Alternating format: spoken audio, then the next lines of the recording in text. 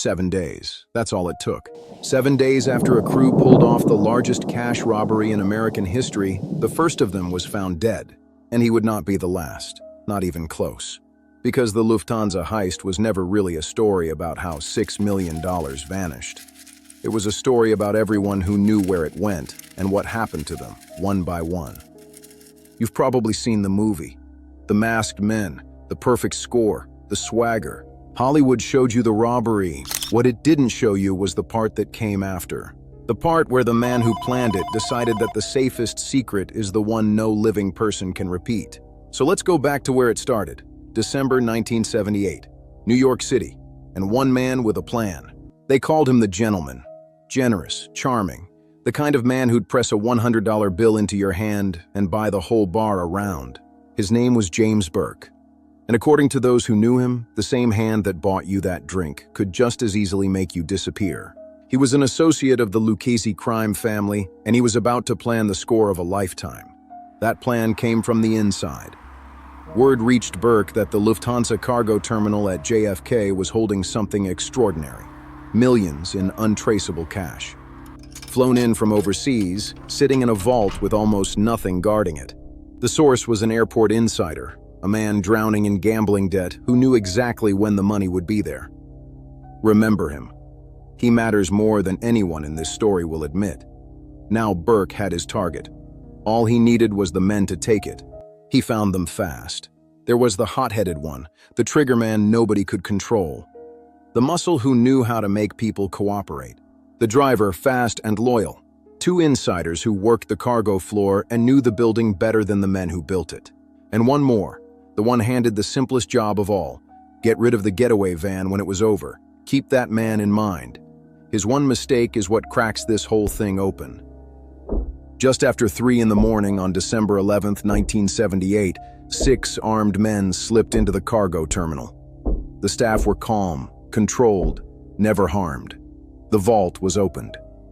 And in well under an hour, the crew walked out with roughly $5 million in cash and another $1 million in jewels. They switched cars, scattered into the night, and vanished. It was, by every measure, the perfect crime. It stayed perfect for exactly 7 days. Because the crew had one loose end, the van. Burke wanted it crushed into scrap that same night. No van, no evidence. But the man given that single job didn't do it. Instead, he went to a friend's apartment to celebrate and fell asleep. The van sat on a public street for days.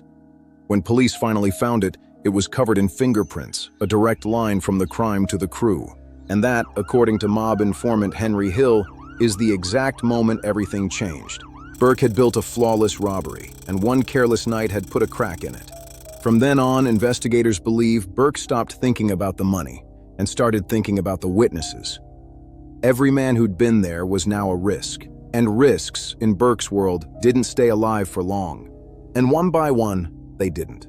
Over the next several years, at least 9 people connected to the robbery or its planning would be murdered.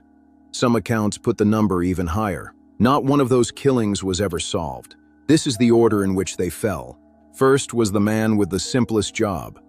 7 days after the heist, he was found dead in his apartment. The crew's weakest link became its first casualty. Next, the bookmaker who'd helped set the whole thing up began demanding his share, loudly, in public, to anyone who'd listen. In January 1979, he left to meet someone and was never seen again. His body has never been found. Not then.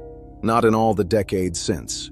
The hot-headed one disappeared next, lured to what he believed was a celebration in his honor. Investigators believe his death was tied at least in part to other killings he'd carried out, sins that had nothing to do with the heist. But the timing was unmistakable. He was just getting started. Burke's rule was simple and absolute. Don't spend, don't show off, don't draw attention. One crew member ignored it. He bought a brand new luxury car and drove it around the neighborhood for everyone to see. Soon after, he and his wife disappeared. Their bodies were never recovered. A man accused of skimming from the laundered money turned up hidden in the back of a refrigerated truck. A woman believed to know too much was found along the New Jersey shoreline. Neither had pulled the trigger that night. Both knew enough to be dangerous, and in this story, knowing was a death sentence. Then came the two cargo floor insiders, the men who'd mapped the building, who knew the routine, who made the whole robbery possible. They were found together, shot in a parked car. The people who knew the most were the most expendable of all. And the killings didn't stop when the headlines did. More than 5 years after the heist, the driver, one of the last men standing, was killed by his own crime family over a separate debt. A young woman who happened to be with him was killed too. Her only mistake was being in the room. By now you might be wondering, with this many bodies, how did no one ever go to prison for it? That's the part that should stop you cold. For every single one of these murders, no one was ever arrested. Not one person, ever. So where did all that money go? Nowhere anyone could ever find. The cash was never recovered. The jewels were never recovered. It dissolved into debts and payoffs and disappeared with the men who carried it.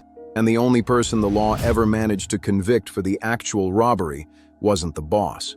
It wasn't any of the shooters. It was that inside man, the airport worker who'd whispered the tip in the first place. One conviction, $6 million, a dozen lives. That was the entire price the justice system ever collected. As for the gent himself, the man who planned all of it, he was never convicted of the heist at all. He was eventually imprisoned on unrelated charges and died behind bars in 1996, taking his version of the truth with him. And for a long time, it seemed the Lufthansa heist would stay exactly what it had always been, the perfect, unpunished crime. For a long time, but not forever. $6 million, at least a dozen lives. One conviction, handed to the man who only made a phone call. Every other answer is buried somewhere this story never reached. The men who pulled off the greatest robbery in American history got everything they ever wanted. They were never caught. They just didn't live long enough to enjoy a single dollar of it.